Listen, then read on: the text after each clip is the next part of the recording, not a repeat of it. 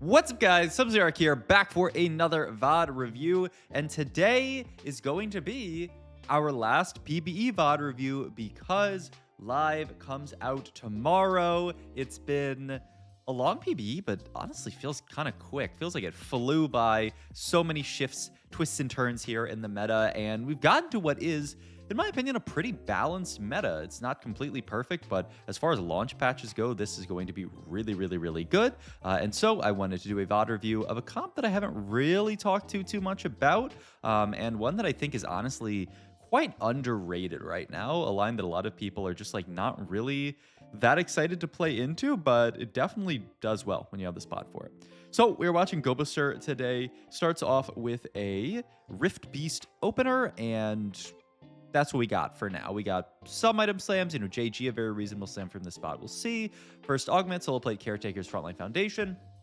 Caretakers, by many people's estimation, is one of the best item augments in the entire game. Frontline Foundation is quite solid for a lot of things like Brawler Emblem. It's fair. I mean, honestly, all the tank emblems are quite good. And Solo Plate's also not a bad augment. So honestly, I don't hate any of these in this spot whatsoever. The real question is, what are we going to play? We roll. We find Consuming Flora and Makeshift Armor. Consuming Flora, very good if you have Vagars. You can play Vagar reroll with this.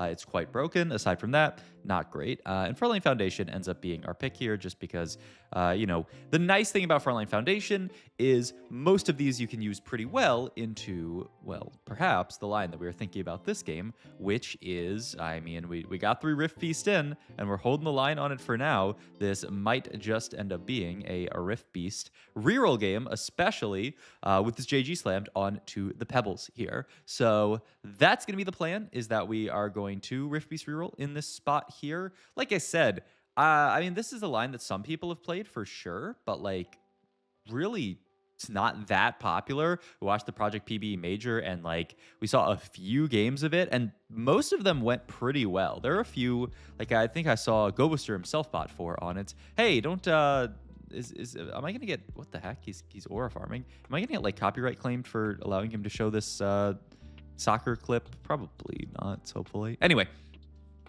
We saw Gobosteur play it. Actually, I know for sure CanBiz played it. Blah, somebody else who played it a good amount, a couple of times, to pretty good success. And this is usually not a comp that like farms top ones, oftentimes because you are carrying one costs. So, it's not like one of these lines that's just like, oh my god, it's like giga broken, you win every game with it. But in a space where, we're very often playing one cost reroll with it, I think it's quite balanced. There is also some extra information about how the Riftbeast shops works. I will be a nice guy and pull that up for you guys right now. All right, so here it is. This is the Riftbeast chart that Mindful One posted that explains how it works. Also, I knew I was actually, I mean, looks like on level 9 you're 5% to see Elder Dragon, but I knew it was so unlikely. But this is basically at each level, the percent of chance of seeing at least one copy of the Riftbeast. So at level 5, you're 66% chance to see a Cinderling, 66% chance to be a Pebbles, and so on and so forth. And then as you level up, you get less odds. Honestly, I'm curious to see the expected value of this. This is what somebody asked about. Yeah, Socks asked about seeing the expected value, like how many you're expected to see. So I'm curious to see that later. I don't know that it's on the website yet. No, I don't believe it is, but that's still good intel that basically says you really want to, when you are playing this line, stay lower level, at least level 5 or level 6, so that you can pick up your one costs. I have tried before to like push levels with this line, kind of thinking of it as like a 7 meeple type line, and the problem with that is you just don't find your guys. So yeah, Gobosteur gonna pick up Chain on Carousel. This is another interesting idea, is that, when I had played this line in the past, I thought that blue buff was like really core onto Pebbles, but I believe something has changed about Pebbles since then. Like when I built blue buff initially onto Pebbles, many moons ago, Pebbles was just like infinite casting on like almost the first cast and definitely on the second cast. Nowadays, it definitely feels like it needs a little bit more mana gen to get there, and the obvious way to get there is just to stall with 7 Riftbeast in, get that mana gen from there, and have that be your game plan. And so we will see exactly what items that Gobo does go for this game, but I would not be shocked at all if that's the game plan. We did get an early 5 Riftbeast in, which is huge. A couple of things about 5 Riftbeast here is that you know, the second you get it in, it's 3 rounds from there. This does count minion rounds, which is actually quite crucial. So there is it's very helpful to have Riftbeast, 5 Riftbeast in prior to the first minion round, because you're essentially getting like 1 free round. It's, you know, not the end of the world if you don't get it in there. I think 3-1 is the latest that you can get 5 Riftbeast in and feel kind of okay, because then you go 3 rounds, and then you still have it, you know, you still hit 2 shops by 4-1, but the sooner the better in this situation, especially because you're kind of forced to stay lower level. But I'm really curious to see how Gobo wants to play around it, if there is some kind of secret tech that he has, if he does, you know, end up pushing levels or not. I'm really curious to see, because yeah, I think it's I think it's interesting. I do also think, you know, obviously we didn't have the items to play towards at this game, but I'm actually a big Cinderling fan, and boom, that is our first Rift Beast shop. You can see level 5 shop rolls really, really nicely. Oh, the other thing that I didn't point out about the Rift Beast shop is that they are like, they're pre-seeded. So like that shop we saw, 2 Pebbles, 2 Cinderling, and a Gromp, that is just one of the preset shops that you can see, and there's like a certain number of preset ones. I don't believe that the like full list of them is out so far, but that's kind of how it works, is that like there's a bunch of like preset ones that you can see on certain levels, and then, you know, he kind of got the odds from that. But yeah, I mean, we don't have Cinderling items this game, but you can see even without the items or the selector, Cinderling did a lot of damage here. Verticality should be very, very good in this line. So I'm curious to see if he skips it here. I'm never taking this augment, is basically the vibe that I'm taking from this. I mean, obviously you could take something like a min-max and get to items on everybody. Nesting dolls is also interesting. Ooh, we're gonna go the nesting dolls. Okay, this is exciting. This is a very fun augment. So when your units die, they summon a copy of them that is 1 star level lower. So, you know, if you have a 3-star, the idea is it becomes like a nesting doll, where it's a 3-star that turns into 2-star that turns into a 1-star. This one's really powerful if you get to multiple 3 stars of frontliner units. And the other kind of like meme with this one, oh, and yeah, he pulls up, wow, I didn't even need to pull this up. But yeah, the meme with this is that, you know, if you have Krug and you have a 3-star Krug, well, that Krug's going to die, split into little Krugs, and also split, you know, back into itself. So there's actually a lot that you can do there. So we'll see if he goes for the Krug 3. This is another just kind of question that I have in this spot, is like, what do you go for and what do you skip on Riftbeast Reroll? Because usually I've been prioing the 1 cost in the frontliners, not worrying too much about Gromp and Wolf, but I've seen people go for all of them. I've seen people go for just like Gromp, Wolf, and Scuttle Crab. So there's a lot of different options here, and I'm really curious to see what Gobo does end up going for here. So we will see. Pick up a fight win here, which is nice. And do kind of have our pick of the carousel here. We can take whatever we want here. Tier does get yoinked off immediately there. So we are just going to take a rod in this spot to make death cap. AP is pretty good onto the Pebbles in general. Death Cap's just like low-key a broken item this set. I mean, if you can ever make a Death Cap, you don't feel bad about it. Here's our Rift Beast shop. This is low-key a pretty unfortunate one because we missed out on hitting any Pebbleses or any other Cinderlings as well. So we're going to have to sit here for 1 more shop. Upside is because we got it in early, we will have that shop at 4-1. So, you know, maybe that can be what hits Cinderling 3 for us, but we really need the Pebbles here. We do also push level 6, which I find quite interesting. I mean, if you do look at the statistics, it does look like 5 versus 6 is a pretty small change in the time, in like the number of copies that you're gonna get. And wow, he also takes the XP one, so it looks like he's even interested in pushing 7 here. Really curious to see how this works out. He also keeps hovering nesting dolls and then hovering the stats here. I don't believe the stats stay. I don't think that's what he's saying. I believe what he's saying is just that like you it buys time, right? Anything that buys time in this line is very, very strong because you want to buy time for your ability for your backliner Rift Beast to scale up here. So yeah, makes sense. But yeah, we are going to continue to chill here.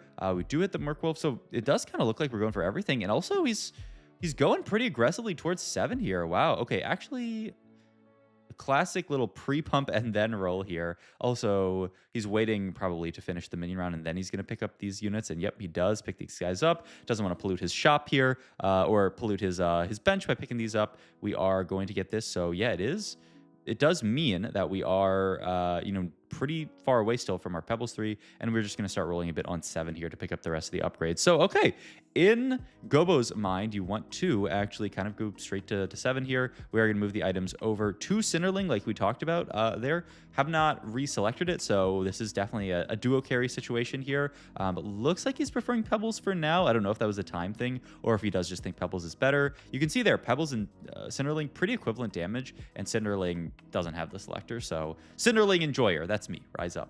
Exclusive customization sounds really good in this spot, so I think we will pick that up here. We do hit the Merkwolf 3 with no items yet, which is a little bit interesting. But hey, I mean, I guess we could move these items over. We are going to go for the exclusive customization and pick up the blue buff, which is huge here. And yeah, we are going to move the items to the wolf. But still, the Pebbler lover keeping the items on, or the selector on the Pebbles in this spot, just to say, you know what? It's a Pebbles. It's got 3 items here. It's going to be better than the wolf, especially because the wolf is going to run up in the front line and die pretty quickly a lot of the time. So we'd much rather just have this unit sitting in the back line going absolutely crazy with the blue buff here. Yeah, you can see, okay, I mean, the blue buff does still look really good for the permacast. Pebbles just sat there zapping the entire round, which is exactly, I mean, what you want. Clippers is actually usually pretty mediocre. I don't know how this actually works with nesting dolls. We'll see. But if you just think about the expected value of it, it's actually kind of hard to even break even. So I'm curious to see. I mean, I think in a spot like this, you might be able to do it with a strong gargoyle frontline, but I'm actually curious to see how much gold we actually end up printing off of it here. So that's 1. If you win the fight and it's a slow fight, it's usually good. Well, that was 1 gold. I think we, yeah, I mean, this is why I think cut purse a lot of the time, you probably don't even click it. Because that was a really good fight for us and we printed 1 gold. It's just, I mean, you have to have 6 units live every 5 seconds to be about even. That's 90% odds to print 1 gold, and that's 1 gold every 5 seconds. So you have to have 6 units live for 15 seconds to even break even, is the like kind of rough math. And usually you're not doing that much better than that. We do finally pick up the Cinderling on 7 here, and we keep rolling on 7 here and find the Pebbles here. This is huge, huge, huge for us here. So it's an interesting way to play it, but I think it makes a lot of sense to just go straight to 7, get that 7 Riftbeast power spike, and then slow roll on 7. Also, apologies for the lag here. I am going to copium. That's Gobo's lag, but if it's my lag, I'll worry about it later. And also, in terms of what Riftbeast you go for, this has been what I've been doing as well, is just don't worry about the Mama Beak. The Mama Beak is just not very... Well, I mean, honestly, this unit's pretty good, but it just doesn't really fit into what you're playing for usually. It's expensive, and it's not more frontline. Usually, if you're carrying these 1 cost, then, like, do you really want to commit a lot to, you know, playing for this this backliner? Like, you need frontliners in this position, and that's what we are going for. I rotate into a pretty strong Dawncore Zyra board, or Dawncore Zyra and Soraka board here. So we do get a little bit cleared here, and they have Malphite too. This guy has, like, legit everything, so a bit annoying. I'm curious to see what Gobo wants to do. He does keep selling out units just to try to pollute the pool for any other like rerollers, but I will say we're decently far from Krug, but Krug is a huge upgrade. We're pretty close to Scuttle, honestly. Like, you have 2 options here. You could just, ooh, and that's Scuttle 3. That's really, really good. Like, you could just push level here, get the Tariq in here, and yeah, this is going to be what we're going to do. I think this makes a lot of sense because we already have this frontliner. Is going to have to play the Violet over the Tariq here just because, you know, we've reached Scuttlecrab at this point. We're going to get the Warmogs, which is good. Then move the LW and IE up, though it actually ends up being a little bit rough here. And we are going to make Void Staff into...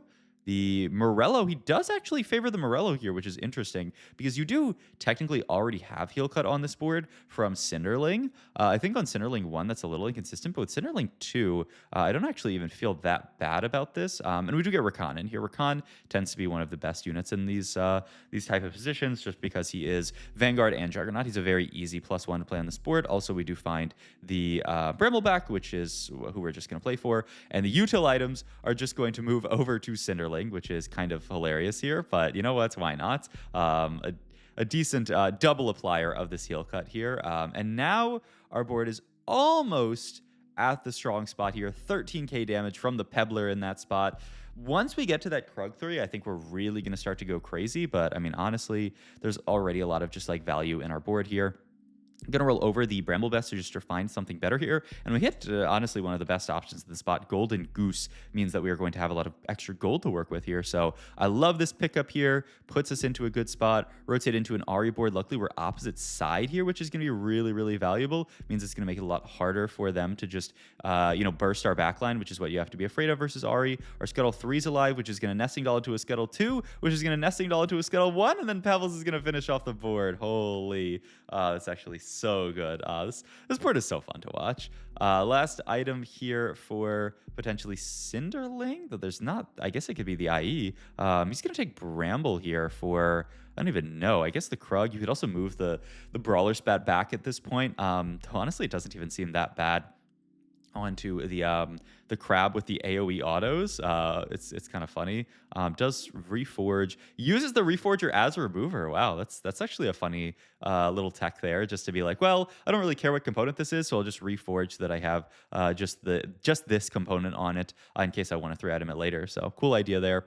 Rotate into a 3-star Hecarim. It's an interesting board. Just kind of played Master Yi and then found or not Master Yi. I don't know why I said Master Yi. Found Aphelios and then ended up randomly finding Hecarim 3 on the board. So pretty good, but not good enough to beat the Pebbler here. So we win this fight, and we are still, we hit Baron buff. This is one of the best combat charms in the entire game. It's just so much combat strength for your entire board. So really, really huge. Hopefully this will allow us to pick up this fight. He does hover this, maybe talking about the wound and burn, and he's like, yeah, maybe I didn't need to make Morello because I have this here because, like, I mean, especially because it's on the Cinderling, this is just completely repetitive here. Like, you're already getting a wound off of the cast, and the Morello is not giving the cast any more wound. It's a close fight, but the Pebbler holding the line, and we are actually going to win the fight. My God. I mean, that is such a gross fight, and we are on the way for that hopefully last Riftbeast shop that we have to care about. I mean, if we can get there, we are at the point that we will have the Krug 3, and that's an insane amount of extra frontline that is going to show up on this board here. There is, the quadruple Gromp shop. It is, the way that this works as well is that if you have a unit that is 3-star and it gets, like, technically rolled, then they just replace it with an extra Rift Beast. So that was probably what happened there, is we got an option that rolled. Okay, we end up having to reforge that, and we have Death Cap on this guy. Not really much else that we can do here. Is this BA a Cinderling? The item, or the damage stats are not looking like it's the case. And we die here in third right before hitting the Krug 3. I wanted to see the Giga Krug. I wanted to see everything happening here. But I mean, still a really, really cool game in general from Gobo here. Playing around this Nesting Dolls plus Rift Beasts idea. Like, this is an augment that I think is very, very underplayed in general. People are not picking it up very often. But I mean, it did really, really, really nicely here. And yeah, popped off. So hope you guys enjoyed this video. As always, if you did, please like, comment, and subscribe. Check out my Twitch, my Metafy. I've already had a lot of people reach out about coaching ahead of the new set. So if you guys are interested, go check all my links down below. Metafy, individual coaching, group coaching, one-on-one programs. We got everything in there. So go check it out. And hopefully, good luck on your set release. I will have a video, obviously, that drops tomorrow morning to give you guys some insight into the set release, some comps that you want to play. I think I will do like a start of set comps list, just because I think that will be really, really helpful. But yeah, go check that out and then have fun on day one. I am really, really looking forward to the set release. I think the set's gonna be an absolute blast. So yeah, I will see you guys later. Bye bye.